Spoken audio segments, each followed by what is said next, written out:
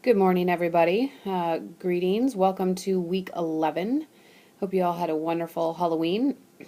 A couple announcements for this week. First, our schedule.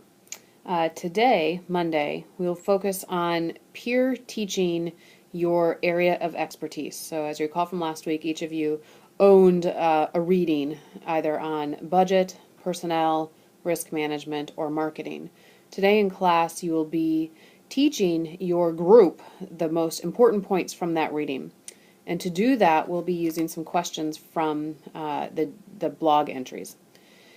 Wednesday, I will not be in class. I'm going to another conference. But Curtis, one of my graduate students, will be with you, and he will be walking you through a survey that he created as a part of the research project you learned about a few weeks ago.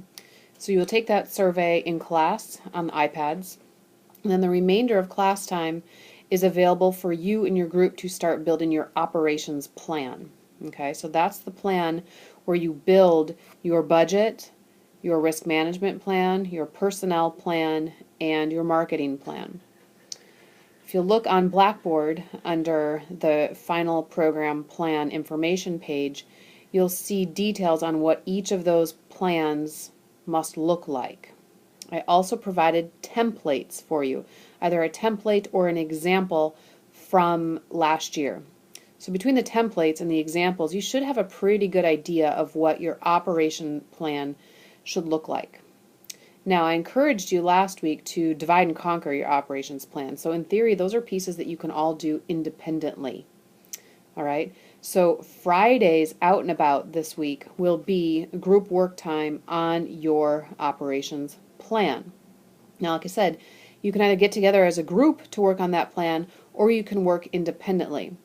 What I want to get your heads up on is that next week, our out and about, so this is not this week, but next week, our out and about will be taking a draft of your plan, which includes your logic model, your activities, and your operations plan, to some of the resident hall advisors.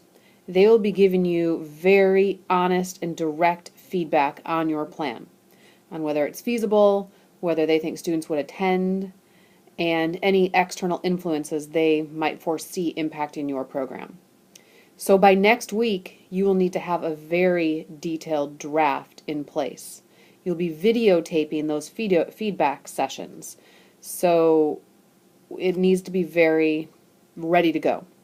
So I would encourage you this week to use your time both getting your operation plan ready to go for this week, as well as thinking ahead to next week. What do you still need to do on your final program plan to get it ready for some peer review? Now, most groups submitted their activities last week, and by and large, your activities are great ideas, but most groups need to put out quite a lot more detail into your activity plan.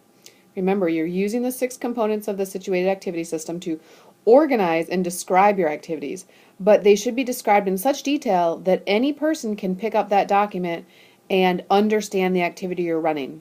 So very few of you have provided that amount of detail yet. So that's a place that you can go back to if you have additional work time available to you this week. So again, our schedule this week will meet in class today to teach out the main concepts from your reading. Wednesday, you will meet in class with Curtis to complete the survey and then get going with your group on your operations plan.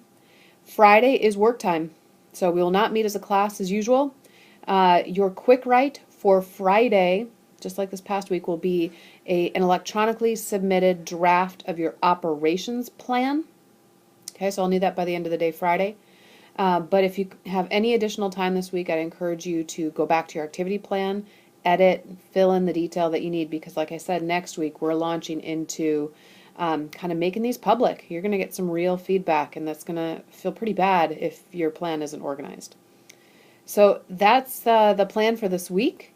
One last plug about your deep dives. I know several of you are working on them. Now would be a great time to crank off a deep dive. Get it in before Thanksgiving. One less thing to worry about in those last couple weeks after Thanksgiving. I'd highly encourage you to do that. And remember that you can only turn in one deep dive during finals week, so one of those deep dives has to be submitted sooner rather than later. And one last kind of reiteration of this deep dive option I explained last week. You know, several of you expressed frustration and just overall dislike for the deep dives, which I totally get. And so one way to provide some options with a deep dive is to perhaps tackle your third deep dive as a group. Okay. Now, like I said, some of you might like that, others might not. But if you do that, your third deep dive will be exploring individual differences and issues of diversity related to your program plan. Okay. Now, it's a bit open-ended, so there's some room for taking that in a direction that interests you. But that writing piece would then be part of your program plan. That being said, it'll still be assessed using the critical thinking rubric. So what I need to know is if your group is going to take that option, I need to know before you submit your final program plan so I know how to allocate points. All right. And if you have any questions on that, please come see me. I know it's a little furry, but like I said, furry's good. That furry is what forces us to ask questions and get more information. So, all right, those are our announcements for this week. I look forward to seeing you in class in a little bit.